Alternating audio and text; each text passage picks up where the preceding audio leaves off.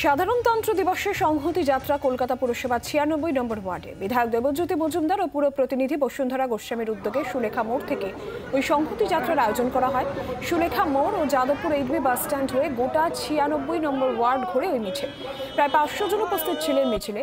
ওই যাত্রার বার্তা ছিল ধর্ম যার যার, উৎসব সবার। বিভিন্ন ধর্মের মানুষ এই সংহতি যাত্রায় যোগ দেন। উপস্থিত ছিলেন আলভিটো ডিকুনহা সহ একাধিক প্রাক্তন ফুটবলারও। এই উদ্যোগটা আমি প্রথমে বলি বসুন্ধরাকে ধন্যবাদ জানাতে চাই আমাদেরকে এই র্যালিতে ডাকার জন্য। আজকে বিশাল বড় একটা দিন, রিপাবলিক ডে।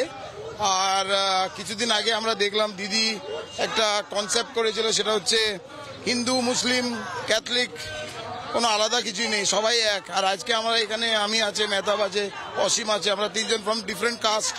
এটা তো বোঝাই যাচ্ছে কি আমাদের কাস্ট সবাই কিন্তু এক। রিলিজন হয়তো সবাই অন্য অন্য রকম রিলিজন মেনটেন করে, কিন্তু এন্ড অফ দ্য ডে আমরা সবাই ভাই, সবাই বন্ধু, এটাই দরকার। আর এটা ভালো একটা উদ্যোগ নিয়েছে বসুন্ধরা, তার সাথে আমাদের এমএলএ আছে আর সবাই আছে যারা যারা। And feels good. আজকে ২৬ জানুয়ারিতে একটু হাঁটতে পেয়েছে, ইটস রিয়েলি ফিলস গুড। বাংলার আওয়াজ, বাঙালির আবেগ, জি ২৪ ঘন্টা।